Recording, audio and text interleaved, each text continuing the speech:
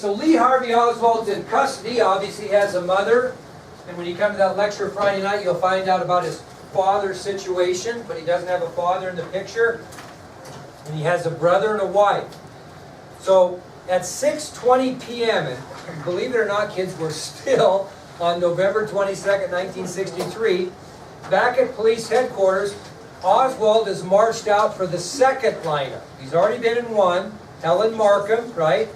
And she started crying and identified him without question.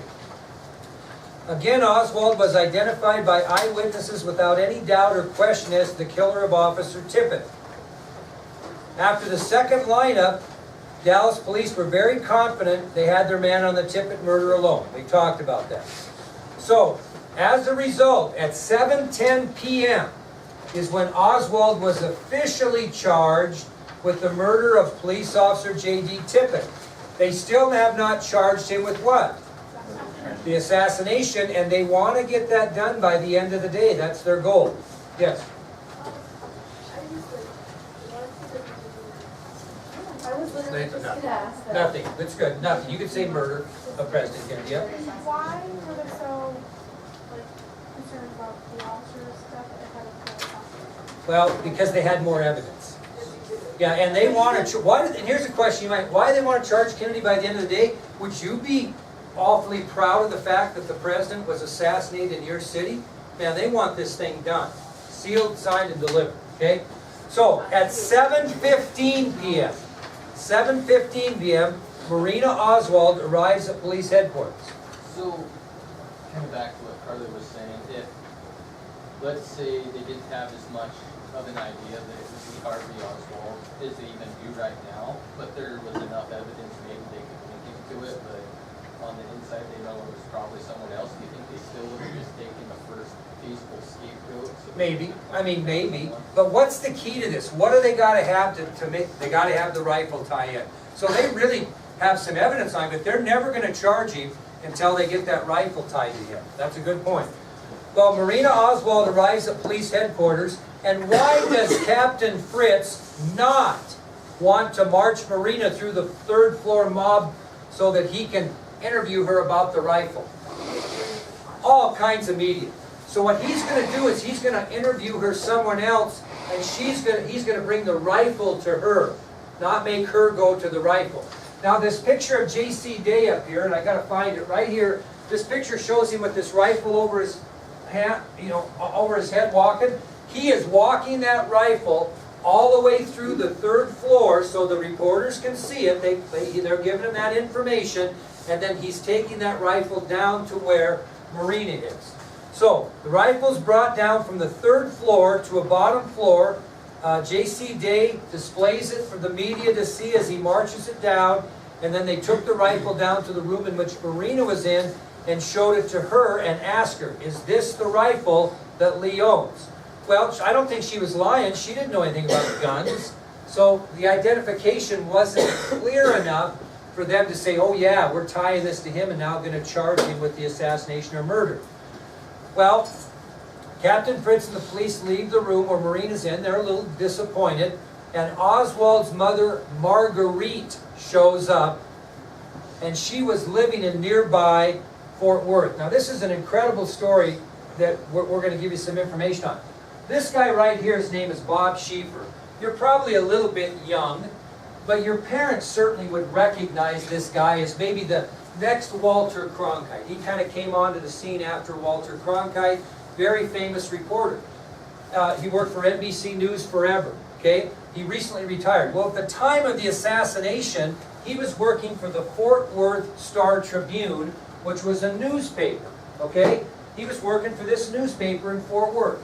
Okay, well, Mrs. Oswald, Marguerite, the mother, hears about the assassination and her son's name being mentioned in the assassination. So she calls the Fort Worth Star Tribune, or Telegram, which is in her town of Fort Worth, and the man that answers the telephone that day is Bob Schieffer. And at the time, Schieffer's just a newspaper reporter. Not much to him at the time. Well, she asked Bob Schieffer, hey, can someone from the newspaper building drive me to Dallas to police headquarters? They have no idea who this lady is. Just some lady calling. And Bob Schaefer says to Mrs. Oswald, not knowing it's Mrs. Oswald, "Lady, we're not running a taxi service, and besides, the president's been shot." And the mother replies, "Yes, I heard that on the radio, and my son is the one they arrested." Well, what do you think Schaefer does then? Oh yeah! So he quickly jots down her address, and he takes a fellow reporter, guy by the name of Bill Foster, and they're very eager to pick up Mrs. Oswald and drive her to Dallas Police Headquarters because they are going to have the story, right? Now, I have given you a handout that I want you to read on your own tonight that says, it's this book, This Just In, What I Couldn't Tell You on TV. This is one chapter after his book about this situation with Mrs. Oswald. And I want you to read that and have a clue about that because we're going to talk about it tomorrow. Well, anyway, Bob Schaefer and Bill Foster give her a ride and drop her off. You know they're asking her questions all the way through. And as she arrives at police headquarters, Lee Harvey Oswald's oldest brother, Robert Oswald, this guy right here, also arrives at police headquarters because, can you imagine, he's working and it comes over the radio that Lee Harvey Oswald has been arrested for the assassination of the president, and he's at work and he's his brother? I mean, they weren't real close, if you know what I mean. So he arrives. So Marguerite, and this gal is a quart low, to say the least. This gal has really got some emotional issues. She takes Robert Oswald, her son, aside and says, "Hey, be careful, this whole room is bugged." And Marguerite also tells Robert, Lee is working for the CIA, and whatever he's done is because the CIA told him to do it. This is what she tells Robert Oswald. She is actually Looney Tunes. Robert Oswald is noticeably annoyed with his mother. He knows his mother. He knows that she's got these weird ideas. And you know what her thought process is on this? My son got put up to this by the CIA. What are we going to get out of this? Because my son's, he shouldn't see him as an assassin. She sees him as a what? Hero. She even said that she thought he should be buried in Arlington National Cemetery for his heroics for doing what this gal was off the wall. But she was seeing this. She was seeing this. So that's the Oswald family coming in. Marina comes first, can't identify the gun. Pretty soon Marguerite shows up. Bob Schaefer gives her a ride. And then here comes Robert, and they're all kind of in this room, and they're all just, oh my God, what have we got ourselves into? Well, that takes us to the third lineup of Lee Harvey Oswald, and that happened at 7:40 p.m. And unlike the first two lineups, this lineup will have a witness to the Kennedy assassination, not the Tippit murder. So who was in the first lineup? Helen Markham. Who do you think was in the second lineup? Ted Calloway. Very good. Okay. Then the third lineup is going to have the only person that was a witness to the Kennedy assassination, which was who? Howard Brennan. Remember, he's the one that said he saw. So they bring Oswald in for the third lineup, and Howard Brennan will try to identify the man he saw on the 6th floor of the school depository who made that final and third shot at the president. Well, Howard Brennan takes a look, and what does he do? You want to guess? He kind of does freak out, and he cannot point out Oswald to the police. Why? Scared to death. He doesn't know if there's more than one person involved. He's fearing for his family's life because he's not testifying to the murder of Tippit. He's testifying to the murder of the President of the United States. So he does freak out. He's afraid to identify Oswald because he thought there might be more than one shooter, and he was seriously afraid for his family. So he doesn't do him any good in tying Oswald in with what? The rifle.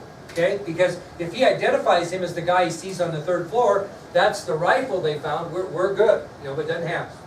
So we go on to another little topic of Captain Fritz is going to continue to question Oswald. So at 7:55 p.m., Oswald is back in Fritz's office. They're going to interrogate him some more. Captain Fritz asked Oswald if he kept a rifle in Mrs. Payne's garage, and Oswald's response was, "No, I don't own a rifle." Oswald was then told that his wife stated that he did keep a rifle wrapped in a blanket in the Payne garage, and his response was, "That's not true." Captain Fritz then said, "Lee, you know you killed the president, and this is a very serious charge." Oswald responds by saying calmly, "No, I haven't killed the president." And when Fritz when told by Fritz that the president was dead, when Fritz told Oswald, well, you know the president's dead, you killed him, he says, they'll forget about him and have a new president in a few days. I mean, he's just calm as he can be, okay? Well, then guess who he brings in to interview? The only person he really hasn't brought in from the pain thing. Buell Wesley Frazier gets brought in, okay? And you got to remember that Buell is 19 years old. Buell's a good friend of mine. Matter of fact, I kind of spilled the beans. If Buell's wife is feeling better, she's having some trouble, he's going to fly out for 3 days with us in D.C. if he can. So, anyway, and we're going to talk to him on the phone here, too. But Captain Fritz decides that he's going to bring 19-year-old Buell Wesley Frazier to be questioned. Now, kids, I want you to think about this. We look at Buell Frazier now at 78 or whatever he is. How many of you in here are 19? How many are 18? It's pretty close. How would you like to give somebody a ride to work that killed the President of the United States at your age and be brought in and interrogated? Okay? Well, let's talk about this. So this is what happened during his interview. Where do you think I got this information? From Buell Frazier. So it's as good as gold. Now, during his interview, Buell gave Captain Fritz the following 3 bits of information. First of all, Frazier told Fritz that on Friday morning, November 22nd, he was running late and that Lee Harvey Oswald walked down to the Randall residence, knocking on his door about 7:10 a.m., which kind of matches what Lenny Mae Randall said, right? Second thing he tells him is that prior to knocking on his door, according to his sister, Oswald had placed a package in the back seat of his car, right? And he got that from his sister. He wasn't there to see it. Third thing Buell said is he answered the door when Lee Harvey Oswald, remember, he knocked on the door, and he headed to his car and he stated the following to Oswald. He said, and went, quote, "And when I came out to get into the car, I glanced over and saw a package in the back seat. I said, 'What's that?' And he said, 'You remember, that's the curtain rods I was going to bring in.'" According to Frazier, the fourth thing he told Fritz is the package in his mind would fit between his armpit and the cup of his hand, this distance here, which probably would be about the same description as Lenny Mae Randall gave. And of course, all conspiracy theorists say, that rifle's longer than that, there's no way. It comes apart. Okay, and I'll show you a picture of that later. Okay, so those were the 4 things that Frazier told Captain Fritz. Okay, now, during his interview, and I didn't know this until Buell told me this personally, during this interview, Captain Fritz handed Frazier a document and asked him to sign it. Now, some people don't read things they sign, like this affidavit. Probably Lenny Mae Randall read that for accuracy, but that's what you do. You sign, say it's true. Well, Frazier decides he's going to read this, and he discovers this isn't an affidavit of what he testified to. It's a confession that he was part of the assassination. This is what Fritz handed him. Handed him a confession to be a part of it. Buell got upset. He refused to sign the document. He told Captain Fritz he would never do anything like that, and that this document, in his words, was ridiculous. This gets back to kind of what you were asking about, what they were going to do. And Frazier went on, and Frazier got upset, and according to Buell, you can ask him this when you talk to him, Captain Fritz took a swing at him. And Buell put his arm up and blocked the attempt, and told him that if he tried that again, he'd find himself, quote, in a hell of a fight. That was the interview of Captain Fritz and Buell. He'll tell you the story. You can ask him when we talk to him, because when we get him on the phone, I'm going to ask you to, have a question. That probably will happen next Friday night, is my plan. Okay? So anyway, something to think about. Okay? So poor Buell, 19 years old. How would you like 19-year-old boys like to be brought in and interrogated, then asked to sign a confession to do something you didn't do, and then get swung at by the guy? I mean, that's what happened. All right, now we're going to get to the nitty-gritty.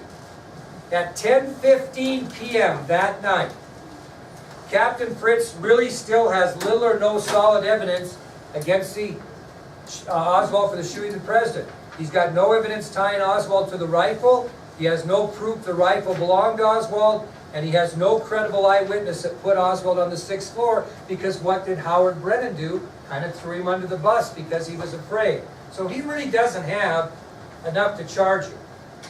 Well, he continues and continues and continues from 10:15 on to try to get something out of Oswald, and finally he takes the biggest gamble of his life. at 11:26 p.m., he finally charges Lee Harvey Oswald with the assassination of President Kennedy. That's a gamble, because what's the gamble? He better find something pretty quick, but it was their goal to charge him by the end of the day, and they did at 11:26 p.m. So that's the end, believe it or not, of November 22nd, 1963. Now we're going to move on to the early morning hours of November 23rd. Well, this is kind of interesting. When Oswald was officially charged with the president's murder at 11:26 on the 22nd, they didn't even tell him that he had been charged. Okay? So at 12:10 a.m., now this is, 10 minutes after midnight on the 23rd, the press is just hounding these guys about getting Oswald on the news, because they haven't had a chance to photograph him or put him on video. So at 12:10 a.m., Captain Fritz confers with other officials within the police department concerning these continual requests from the press. And they decide together that they're going to take Lee Harvey Oswald back to the lineup room so the press can get pictures of him. This is early in the morning. They're going to take him to that lineup room, put him up on stage, and let people take pictures of him to kind of cooperate with the press. Okay? Well, the press is given ground rules that they can take photos, but they are not to ask him any questions or converse with him in any way, shape, or form. They can only take photos. They can't interview him. Okay? And they agree to that. Well, Oswald's taken into the lineup room. He's placed onto the lineup platform. And he starts initiating conversation with the reporters. That's the way he was. He was kind of a drama king. Well, when he initiated contact with the reporters, they took it as what? Oh, that's a cue that we can start asking him questions. He wouldn't be talking to us if we couldn't talk to him. So the first question blurts out by one of the reporters in the room. Guess what that question was? Did you kill the president? First question they asked him. And here is his response. He said, no, I have not been charged with that. In fact, nobody has said that to me yet. The first thing I heard about it was when the newspaper reporters in the hall, as he was coming down, broke the ground rules and asked me that question. At that moment, another reporter informed Oswald that he had been charged with the murder. They said, you have been charged. He didn't hear him. He seemed startled, never lost his composure, and the guy repeated himself and says, you have been charged with the murder. As soon as that conversation started, while they were taking pictures, what did they do? Took him out. Okay, they got all the pictures they could get, and that's what happened. Well, this is kind of funny. On his way out of the lineup room, as they were taking him back to his holding room, a reporter asked him what happened to his eye. Remember what happened to his eye? A police officer hit me, he said, making it kind of sound like he hadn't been treated very good. He didn't say, well, I had it coming, like he said before, or, gee, I tried to shoot a police officer and they hit me. He just makes a short comment, a police officer hit me. Well, that started things going too. Well, that was in reference to Officer Ray Hawkins that punched Oswald in the face while he was trying to shoot M.N. McDonald in the Texas Theater. Well, 12:30, for the first time, they take Oswald's mug photo. You know, where you're looking forward, looking sideways. They didn't take a mug photo of him, a mug shot, until 12:30 the next day. So they take the mug photo. Now, what does Fritz still got to have, kids? What? Connection or confession? You ain't going to get a confession. I can just give you a prelude that that's never coming. But here's the connection. As I mentioned, by this time, Captain Fritz was desperate for a connection between Oswald and the rifle. Finally, later that morning, Fritz gets a huge break that's going to pay off in the gamble. An order formed to purchase the rifle used in the assassination had been found late on November 22nd, 1963. And they found this order form that clearly showed that the person who ordered this rifle that they had in their possession was who? Who ordered it? A.J. Heidel ordered it. Okay? And that was the alias that Oswald was using at the time of the assassination. Yet the post office box in which the rifle was delivered, because in those days you could mail order rifles. My dad used to order from the Herder's Gun Company. I still have a .357 that he ordered online, and I still have the magazine that he ordered it from, online, or not online, on the mail. Well, the post office in which the rifle was delivered was one being rented by Lee Harvey Oswald. So his aliens ordered it and sent it to the box that he purchased. Now, back on March 12th, 1963, before any of this happened, Lee Harvey Oswald ordered a rifle from Klein's, this is the original magazine, by the way, Klein's Sporting Goods. Out of this magazine, The American Rifleman. If you look right here, oh, look at this. Here's all kinds of rifles that you can buy. And here's a really slick order form right down here. This is the form, this is what they found right here that said A.J. Heidel and Oswald's ordering this gun, which I hate to tell you kids, ordering this gun right here that was $12.88 without the scope, $19.95 with the scope. That's how much the gun cost that shot the President of the United States. He bought this gun right here. It's the third one down. I'll pass this around, you can look at it. You can see the order form and the rifle that he bought. Now, bear with me because we've got to get going here.